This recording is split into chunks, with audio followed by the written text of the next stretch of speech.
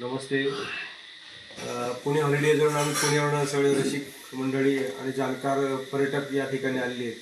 तिथं आल्यानंतर आम्ही आज दिवसभरामध्ये भंडारदऱ्यामधला जो पूर्णपणे भाग आहे तो पूर्ण आम्ही एन्जॉय केला.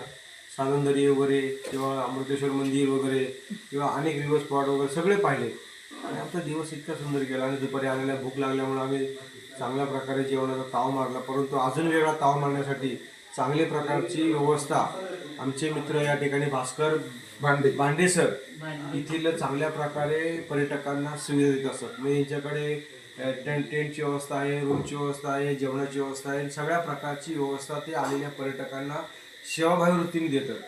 आज आपल्यासुद्धा चांगल्या प्रकारे त्यांनी सेवा दिलेली आहे आणि आता देतसुद्धा आहेत. तर आपल्या सर्व परिवारातल्या सर्व पर्यटकांच्या वतीने आपण त्यांचं मनापासून अभिनंदन करूया, आभार मानूया. कारण अन्नदाता सुखी भव ही भूमिका आपण ठेवून यांच्याचं अभिनंदन करतो. पण मला यांना असं विचारायचं आहे की आजच्या ज्या पर्यटनाच्या क्षेत्रामध्ये आपण गेले अनेक वर्ष काम करतात, आलेले पर्यटक यांनी काय केलं पाहिजे आणि तुम्ही अजून या पर्यटन क्षेत्रामध्ये ज्या तुमच्या कोळीवाडा जे हॉटेल आहे यासाठी येणाऱ्या लोकांना तुम्ही काय काय सुविधा देतात सांगा आम्हाला. नमस्कार, मी भास्कर भांडे. आमचे मित्र पुणे हॉलिडेज राजेंद्र सोनवणे 10-12 दिवसापूर्वी आमचं फोनवर कॉन्टॅक्ट झाले आणि त्याच्यानंतर आमचे फोनवर मेसेज चॅट गप्पा वाढत गेल्या आणि त्याच्यानंतर मी माझी माहिती त्यांच्यासाठी टाकली की आदिवासी भागामध्ये भंडारदरा परिसरात मी 2 ते 3 वर्षापूर्वी एक कोळीवाडा छोटंसं होमस्टे, हॉटेल म्हणण्यापेक्षा होमस्टे त्याला म्हणूया, आणि तो येणाऱ्या पर्यटकांसाठी आम्ही पर्यटकांची गरज लक्षात घेऊन शाकाहारी जेवण, मांसाहारी जेवण, मुक्कामासाठी टेंट आणि चहा नाश्ता या विविध प्रकारच्या सुविधा पर्यटकांसाठी देतो. येणाऱ्या पर्यटकांच्या बांधवांकडून आम्हाला एकच अपेक्षा किंवा एकच सहकार्य असं राहील की आपलं जे मार्केट आहे ते खूप अंतरावर असल्यामुळं किमान 2 दिवस आम्हाला फोन करून आणि आपली जी ऑर्डर आहे किंवा आपली जी सेवा आहे ती जर आम्हाला कळवली तर त्या 2 दिवसात आम्हाला त्यांची तयारी करता येते. आणि ऐन वेळेस कुठलेही पदार्थ आपल्याला तिथे देता येणं शक्य नाही, म्हणून त्यांनी ते आम्हाला सूचना वजा म्हणण्यापेक्षा विनंती करावी आणि त्यांची ते आम्ही पूर्ण करण्याचा प्रयत्न करू. या सर्व स्ट्रक्चरसाठी 2 वर्ष झालेली आहेत आणि भविष्यामध्ये इथे आमचा खूप मोठा मानस आहे की या ठिकाणी आमचं रूम काजवा महोत्सव आम्ही साजरा करतो. त्याच्यामध्ये कमीत कमी 400 ते 500 पर्यटक त्या ठिकाणी असतात. एका ट्रेनमध्ये 2, कमीत कमी 100 ते 150 आमची कॅम्पिंगची साईट आहे, त्या ठिकाणी टेंट असतात. आणि तशा पद्धतीचे नगरपालिकेचे जे भेटतात शौचालयासाठी व्यवस्था ती पण केली जाते आणि सर्व प्रकारची सेवा केली जाते. फक्त आम्हाला ते 2 दिवस आधी लेखी किंवा मेसेजवर कळवली जावी. या ठिकाणी 30+ खूप चांगल्या प्रमाणात होतो. सर्वात बेस्ट काजवा महोत्सव 20 मे ते 10 जून या पूर्ण रिंग रोडला जे तुम्ही आता फिरणार आहात त्याच्या संपूर्ण झाडावर काजवे असतात आणि खूप ट्रॅफिक असते. शनिवार रविवार खूप असते त्या दिवसात पण. आताच्या वेळेस 4 किलोमीटर ट्रॅफिक लागली. मग आपण काय करायचं, शक्यतो काजवा महोत्सवमध्ये शनिवार रविवार न येता आमचा थोडा सल्ला घेऊन सर सोमवार या, मंगळवार या ऑफमध्ये, किंवा येताना शक्यतो जर सकाळी लवकर शक्य झालं, येताना जर लवकर शक्य झालं 6-7-8 वाजेपर्यंत इथं आले तर इथं फ्रेश होऊन चहा नाश्ता घेऊन पॉईंट पाहता येतात. त्याच्यानंतर जेवण करता येतात. राहिलेले पॉईंट पाहून आपण पुन्हा परतीचा प्रवास करतो किंवा सेंडीसारख्या ठिकाणी मुक्काम करून दुसऱ्या दिवशी पुन्हा राहिलेला भाग पाहता येतो. तर असं एक आमचा छोटासा माणूस आहे. आमच्याकडे सगळी माणसं कर्मचारी घरगुती आहेत. आम्ही आत्ता भाजी बनवायची तर त्याची आता ग्रेव्ही झाली, अगदी 5 मिनिटं सुद्धा आधी बनवून ठेवत नाही. आणि मग फोनचा आम्हाला आधार काय मिळतो की सर आम्ही शनिवारी येणार आहोत, मग आम्ही गुरुवारी तयारीला लागतो. शनिवारी जर 2 वाजता येणार असेल तर आपण म्हणूया जेवण 1ला तयार पाहिजे, मग 10ला आम्ही सुरू करतो.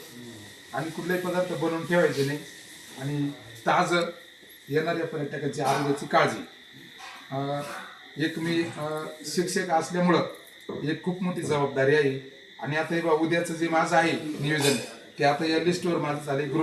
जसे ग्रुप आमचे बुकिंग झाले, ज्यांचा ॲडव्हान्स आले तसं उद्या सकाळी 10 ते 2 पर्यंत मला 230 लोकांना जेवण द्यायचे. तर उद्या माझ्याकडे 15 लोकांचा स्टाफ आहे. हो 230. ते कसे येणार 30-30, 40-30-40. हां 12 वाजता 30 येणार, 50 खुर्च्या आणि 12 टेबल आहेत, जे 50-50 बसवायचे. उद्याचे जवळजवळ एकादशी असल्या कारणाने सर्वच 10च मेंबर जर फक्त नॉनव्हेजचे वगळले तर 220 सर्व शाकाहारी आहेत. आणि एकत्र असल्यामुळे त्यांना एकच दिलेली आहे आपण, शेवभाजी, वरण भात आणि म्हणजे एक भाजी, बटाटा भाजी सुकी, शेवभाजी पातळ, वरण भात, चपाती, पापड, कांदा, लिंबू, स्वीट, सर्व अनलिमिटेड. म्हणजे तुम्ही जोपर्यंत तुमचं पोट भरते तोपर्यंत तुम्ही खायचं. ही शाकाहारी थाळी फक्त आम्ही 200 रुपयात देतो आणि मांसाहारी थाळी आम्ही 250 रुपयात देतो. अजून आमची सुरुवात आहे, जसं पुढे पुढे आम्हाला रिस्पॉन्स मिळेल तसं आम्ही सेवा देण्याचे प्रयत्न करू. त्याच्यानंतर दुसरा एक सांगायचा भाग झाला, म्हणजे हे झालं वैयक्तिक. दुसरं सांगायचं भाग झालं, मी सरांच्या फोनवर माझं कार्ड पाठवतो उद्या परवाकडं. माझ्याकडं प्रवचन, भाषण, समाज प्रबोधन आणि व्याख्यान. म्हणजे सर आता तुम्हाला म्हणून सांगतो, आज हल्ली माझ्याकडे 375 पुस्तकं आहेत, त्यातली 150 पुस्तकं नुसती भाषण या विषयावर आहेत. आणि नुसतं भाषण या एका शब्दाभोवती म्हणजे कसं कोण, आणि 250 प्रकारची भाषण म्हणजे PDF सह रेडी आहेत सर्व प्रकारची. कोणतंही भाषण तुम्ही मागा त्याचा सेटअप तुम्हाला लगेच मिळणार. आणि त्याचा आपण एक नॉर्मल म्हणजे लिहिणे, प्रिंटिंग करणे, PDF मारणे, किरकोळ खर्च येतोच, तर तो देऊ शकतो आपण. पहिलीच्या मुलांपासून तर 12च्या मुलांपर्यंत सर्वांना भाषण देऊ शकतो. सगळ्यात जास्त भाषण मी राजकीय क्षेत्रातले देऊ शकतो. हे भाऊ नंतर कट कर बरं, ते देऊ नको, पण ते नको आपल्याला, तो वादाघात प्रश्न तयार होतो. आणि तीच भाषणं जास्ती आहेत माझ्याकडे. म्हणजे सरपंच, तुमचे फार जिल्हा परिषद सदस्य, पंचायत समिती सदस्य, म्हणजे त्यांनी त्यांचं त्याच्यामध्ये जर स्टँड काय करायचं असेल तर त्यांनी कसं केलं पाहिजे आणि काय केलं पाहिजे. 121 सूत्र आहेत सर. म्हणजे काय निवडणूक जिंकण्याची किंवा हे आपण पर्यटन क्षेत्रामध्ये आता सरांचा अनुभव खूप मोठा आहे, तर जास्त वेगळं काही मी बोलत नाही. तर त्यासाठी मला 15 वर्षे लागले सर हे सगळं करायला. आता माझ्याकडे 15,000चं कपाट आहे, ते फक्त पुस्तकांसाठी. आणि आता कोणी पुस्तकं वाचत नाही, फेसबुक पाहतात, युट्यूब पाहतात, पण मी मात्र वाचत राहतो. आता सध्या 500 पानांचं लेखन आहे माझं. 100 पानं पूर्ण झाले, 400 पानं बाकी आहे. डेली लिहित राहतो, प्रिंट करतो आणि सेव्ह करून ठेवतो. सध्या भाषण कला विषयावर लेखन चालू आहे. त्याच्यानंतर समाज प्रबोधन परत चालू आहे. आणि विद्यार्थ्यांचा आता आपल्याला स्पर्धा परीक्षा म्हणजे स्कॉलरशिप, नवोदय, हे जे छोटे छोटे आहेत, आर्ट साईज मी कला शाखेतून शिकलो, त्याच्यामुळं त्याच्या माध्यमातून जे मला देता येईल. आणि काय होतंय, कोणताही विद्यार्थी असो किंवा कोणत्याही क्षेत्रातला माणूस असो, तो संपूर्ण कला पारंगत करतो. उदाहरणार्थ सर पर्यटन कला पारंगत आहे, पण जर कधी यांचं एकदम नाव फेमस झालं आणि तुम्ही म्हणले की तुम्ही कसं काय करता, ते आम्हाला फक्त 2 शब्दात सांगा, नाही राव मला तेवढं नाही आहे. आणि मग लोक फक्त बोलण्याला कमी पडतात. सचिन तेंडुलकर भरपूर खेळले, भाषणाचं मनोगत द्यायला लावलं की तो कमी पडतो. भाषण कला ही सर्व कलांचा राजा आहे. कोणती कला, आता उदाहरणार्थ या महिलांनी स्वयंपाक बनवला, तुम्ही जर म्हणले काही कसं बनवतं सांगा, तर ते म्हणणार आम्हाला बोलता येत नाही. तर असं तर एकंदरीत आमची परिस्थिती गरिबीची आहे आणि आम्ही प्रयत्न सुरू केले. तुम्ही सर्वांनी साथ द्या. सर आहेतच. प्रत्येक आठवड्याला तुम्हाला जसं वेळ मिळेल तसं येत राहा. आणि फक्त 2 दिवस सरांचं कॉन्टॅक्ट करा. सर्व प्रकार काजवेत राहतात. म्हणजे आम्ही असं म्हणत नाही की आम्ही असं सीझन वाटून दिले. आता आज पाहिली तुम्ही गर्दी, बरोबर, सर्वात जास्त ह्या पॉईंटला गर्दी भंडारा. आणि इकडच्या गेटमधून प्रवेश करण्यापेक्षा या गेटमधून प्रवेश करा. म्हणजे कसं होतंय, इकडनं रस्ता पण बारीक आहे आणि ट्रॉफिक पटकन लागतं, आणि इकडनं कसं पटपट माणूस इथपर्यंत निघून येतो लवकर. असं खूप छान आहे सरांची संकल्पना. आणि एवढ्या व्यापामध्ये त्यांनी आपली लेखणी जिवंत ठेवलेली आहे. त्यांना मी या ठिकाणी एक अभिवादन देतो की माझी प्रकाशन संस्था आहे स्वतःची. मी आतापर्यंत 170 पुस्तकं प्रकाशित केली. तुमचं 71वा नंबर पुस्तक नाही, भरपूर अजून तुमचे जे लिखाण आहे त्याला आपण प्रसिद्धी देऊ. आणि आम्ही सुद्धा अनेक प्रकारचं सामाजिक काम करतो.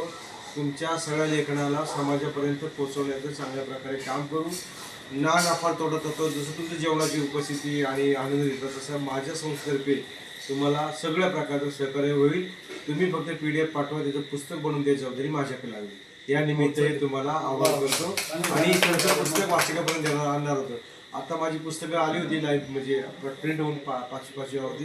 मी घेणार होतो पण म्हटलं आता आलेली रशीद कशी काय माहित नाही त्याला द्यावा का नाही तर मी माझी लोकांनी बुके द्यायची बुक द्यावं ही अशी माझी कन्सेप्ट आहे. मी दरवर्षी एका लायब्ररीला 500 पुस्तकं डोनेट करतो दरवर्षी. मग शाळा असू दे एखादी भोजपूर लायब्ररी असेल किंवा सरांसारखी माणसं जे अभ्यासाचं आहे तर अशा लोकांना आपण दरवर्षी 500 पुस्तकं देत असतो आपल्या संस्थेतर्फे. नक्षत्रांचं देणं कायमचे ही महाराष्ट्रामध्ये खूप साहित्य क्षेत्रात मोठी संस्था आहे. त्याचं मी चेअरमन आहे. गेले 25 वर्ष 26 वर्ष आले काम चालले माझं. आणि तुमच्यामध्ये असणारा लेखक तुम्ही या व्यापारातून जिवंत ठेवला त्याबद्दल यांचं मनापासून अभिनंदन करूया. आणि अशाच प्रकारे प्रगती करा.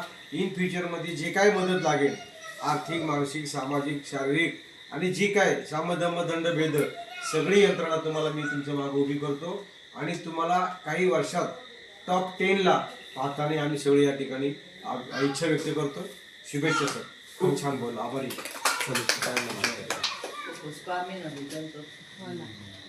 तेवढं लास्ट केस कट कर.